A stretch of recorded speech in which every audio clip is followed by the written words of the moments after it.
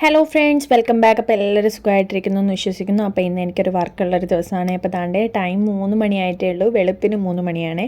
അപ്പോൾ എനിക്കിന്ന് പത്തനംതിട്ടയിലും പിന്നെ അതേപോലെ തന്നെ കൊല്ലത്തുമായിട്ട് നമുക്കൊരു 2 വർക്ക് ഉണ്ടായിരുന്നു. അപ്പോൾ അതിനായിട്ട് ഞാൻ രാവിലെ എണീറ്റ് റെഡിയായിട്ട് ഇങ്ങനെ നിൽക്കുകയാണ്. വണ്ടി വന്നിട്ടില്ല.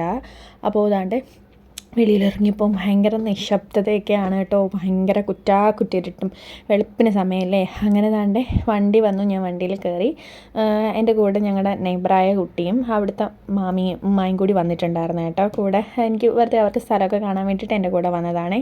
അങ്ങനെ ഞങ്ങൾ ഒരു 3:15 ആയപ്പോഴേക്കും വണ്ടി വന്നിട്ടുണ്ടായിരുന്നു. അങ്ങനെ ഞങ്ങൾ ജേർണി സ്റ്റാർട്ട് ചെയ്തു.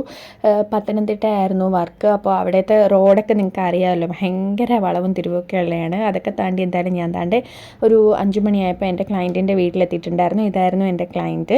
നിക്കാഹും എൻഗേജ്മെൻറ്റും കൂടിയിട്ടായിരുന്നു കേട്ടോ. അപ്പോൾ പുള്ളിക്കാരിക്ക് അതിന് വേണ്ടിയിട്ടുള്ള മേക്കപ്പ് ആയിരുന്നു. അപ്പോൾ എന്നെ കുറേ ഡൗട്ട്സും കാര്യങ്ങളായിട്ട് എപ്പോഴും ഇങ്ങനെ വിളിക്കുമായിരുന്നു കേട്ടോ. അങ്ങനെയാണോ ഇങ്ങനെയാണോ എങ്ങനെയാണ് ചെയ്യുക എന്നൊക്കെ പറഞ്ഞിട്ട്.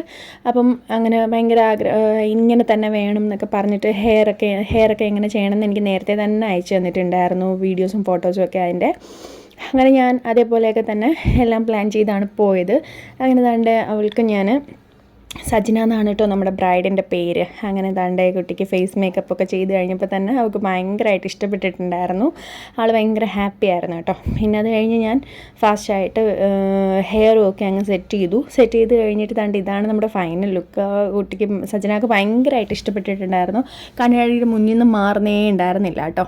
അതൊക്കെ കഴിഞ്ഞിട്ട് പിന്നീട് ഞാൻ അവിടെ നിന്ന് ഇതെല്ലാം സെറ്റ് ചെയ്ത് പെട്ടെന്ന് തന്നെ അവിടെ നിന്ന് തിരിച്ചിട്ടുണ്ടായിരുന്ന കാര്യം എനിക്ക് കൊല്ലത്തിങ്ങ് കൊട്ടിയത്തായിരുന്നു കേട്ടോ പിന്നീടുള്ള വർക്ക്. അങ്ങനെ താണ്ടെ ഇതായിരുന്നു എൻ്റെ സെക്കൻഡ് ക്ലയൻറ്റ്. ഒരു ഗസ്റ്റ് മേക്കപ്പ് ലുക്കായിരുന്നു കേട്ടോ. ഈ പുള്ളിക്കാരി ദുബൈയിലായിരുന്നു. ദുബൈയിൽ വെച്ച് എന്നെ വിളിച്ച് കോൺടാക്ട് ചെയ്ത് എല്ലാം സെറ്റ് ചെയ്ത് വെച്ചിട്ടുണ്ടായിരുന്നതായിരുന്നു കേട്ടോ.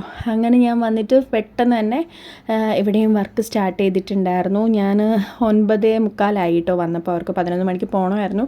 അങ്ങനെ പിന്നെ വന്ന് പെട്ടെന്ന് തന്നെ നമ്മുടെ വർക്കൊക്കെ സ്റ്റാർട്ട് ചെയ്ത് എല്ലാം കുറച്ച് നല്ല ഗ്ലോ ആയിട്ടിരിക്കണം എന്നായിരുന്നു പുള്ളിക്കാരി പറഞ്ഞിട്ടുണ്ടായിരുന്നത്. കാര്യം ഒത്തിരി നാൾക്ക് ശേഷമാണ് നാട്ടിൽ ഒരു കല്യാണം കൂടുന്നതെന്നാണ് പറഞ്ഞത്. അങ്ങനെ ഇതായിരുന്നു കേട്ടോ നമ്മുടെ ഈ സെക്കൻഡ് ക്ലയൻറ്റിൻ്റെ ഫൈനൽ ലുക്ക്.